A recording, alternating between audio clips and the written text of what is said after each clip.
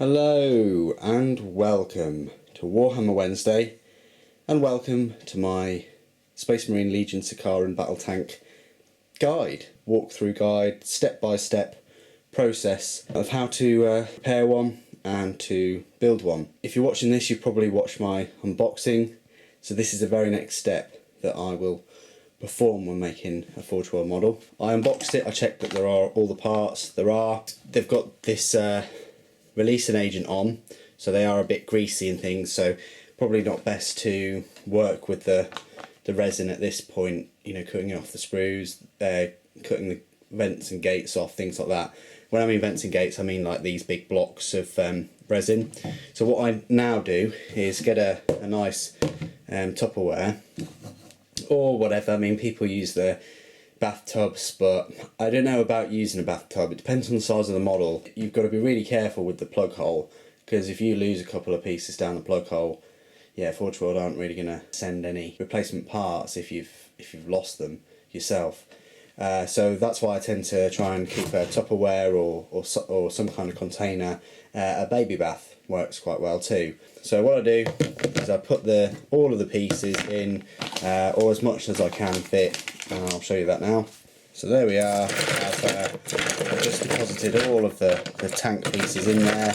So after you put it in the container, all the pieces, get yourself some fairy liquid or washing up liquid.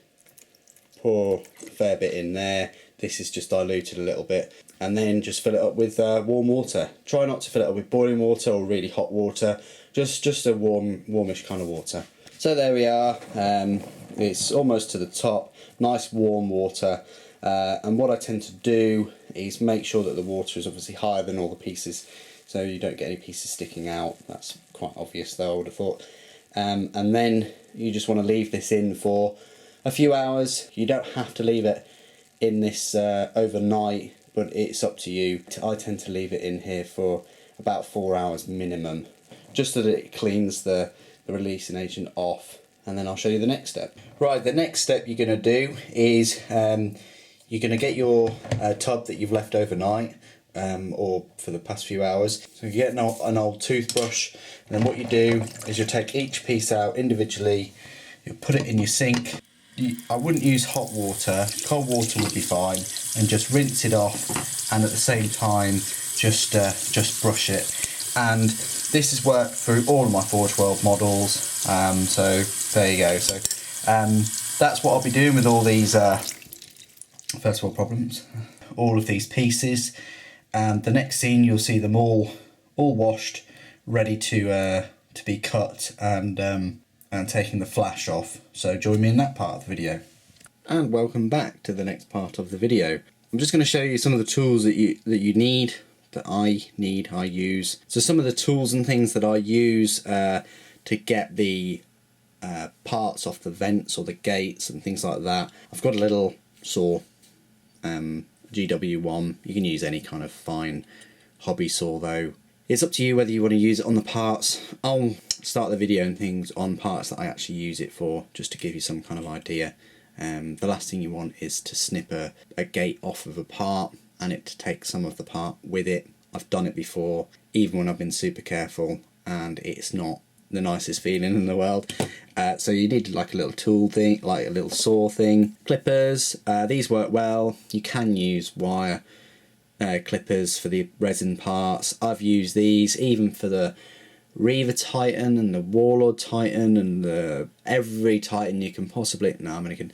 But I've used them for some pretty big models, and there is a very small percentage chance of you breaking them, but so far they've been extremely robust. What I would do if I was me, I am me, I would buy two and have one for your resin, one for your plastic, and then your plastic one is always going to be nice and super tight and super kind of join those little clipper blades up.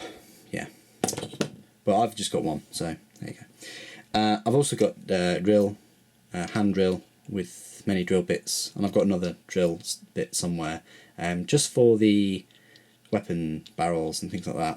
You can use it for your bolt guns if you wish. I've also got some files. I've got another flat file, but I never really use that. I only use the triangle file, whatever you want to call that, pyramid file, and then I've just got a rounded file or cylindrical file, and then I've got a blade. I've got GW's blade. Yeah, I know you can get Swan Morton and all the rest of it, that's fine, but this is the only one that I've got, and I replace the blades every few models or so, just to keep that sharp, because you do want a sharp edge for both plastic and resin. Glue, I've got super glue thick for the larger parts, and for the smaller idly bits I've got some thin super glue. I also use this little brush to brush away after I've filed. This works for plastic or resin, to brush away all the little dust and things. So I use this after I've kind of glued the model together, but then a little bit later when I spray it, could be a few days, could be a couple of weeks, I do this again outside just before I spray it. So I use a little brush, and then I use a toothpick as well if I'm popping in magnets, things like that. So something wood or like this is ideal for magnets, and also the other pieces, it just saves your fingers. Also say this little scraper is useful. I did find it very useful on plastic models, and I've only just started using it on resin models like the Warlord, and it works almost as well. It gives you a nice blunt edge. In my opinion, it works better than the knife, and sometimes better than the files. But what I tend to do is just scrape the excess off with this, and maybe do a little bit of filing as well. You also need some green stuff, preferably liquid green stuff, to fill in the air bubbles and things. You may want to use an old brush for that, or the sculpting tool. GW do a plastic kind of sculpting tool. Be a bit wary of that, because they'll probably bend. So if you can get your hands on a metal one. I've used this to pry off magnets and things before, so it's, yeah, as you can see from the bend in it. And also this green stuff as well. This is mightily handy if you've got big gaps in your models and things, and you want to plug them so you don't get any light through and things like that, because you can dry build anything. It's only after the glue is set you may uncover some imperfections in the whole model itself. And then I'd also use a mask as well. Try and get a particle mask. This is a particle mask. It's a 3M1 or whatever they are. I mean, it is for like dust fibres and things, so it's still going to give you plenty of protection. And it doesn't matter how big your model is. That dust, it's the dust that you can't see that will give you the biggest problem. If you have an airbrush and you have one of those vented cubicle things and you're a rich bastard, then you could probably do your Forge World model in there and turn your extractor fan on. You probably would be wearing a mask as well if you're doing that. But if you don't, like myself, then yeah, unfortunately us guys are going to have to use masks as the primary protection against this invisible killer or whatever. I don't want to have to worry you, but always wear a mask when you use any epoxy resin. Plastic's not too bad, but the resin is pretty awful stuff. So look at all these tools just for creating one model. So there you go. I mean, Forge World models, they're definitely not for the faint of heart. And although this model is £76, it looks to me that there's about £40–50 worth of tools and glue and things like that here. I wouldn't attempt to build a Forge World model if you just had super glue and a knife. I really wouldn't. They're expensive models. You should be buying all the right tools to build them. Let's see the model. So this is kind of my setup. I'll just go up a little bit for you.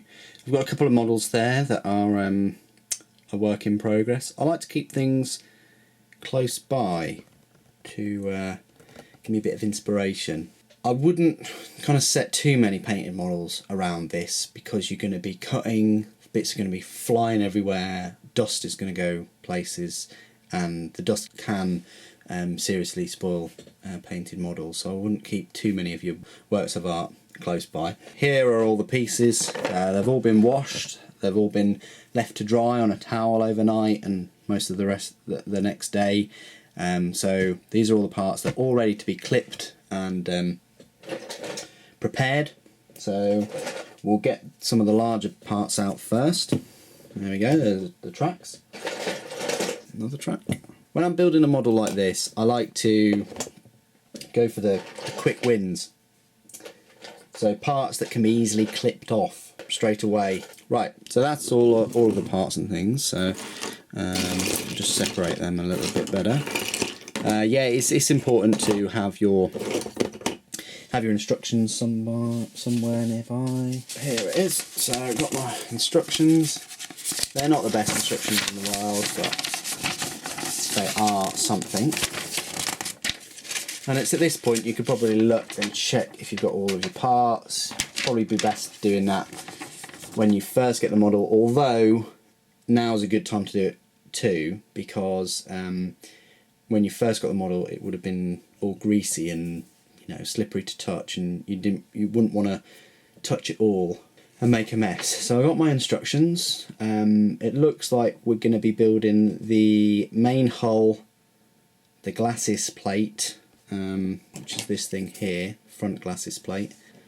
We're going to be putting the engine on it and the lower hull, and then we're just going to be slotting the right and left track units, and that's the main body of it done. So I'll probably speed up the video in places, and I'll stop it if we get to any tricky parts. So straight away I can see some quick easy wins, so I'll literally just clip these off. I'll try and clip with the flat side of the shears closer to the kind of model, and I'll try and clip a little bit above the model itself as well. What I mean by that is, see, like that, I probably wouldn't clip it there. Like I can't get to that very well, and I'm really reluctant to clip it there. So what I might do is just clip it off the gate and then try and work on a way around. And even then I'll probably clip it there and then try and clip it at a right angle. So you've still got a bit on there which you can file down, but it's a lot better than just kind of pulling it off or ripping it.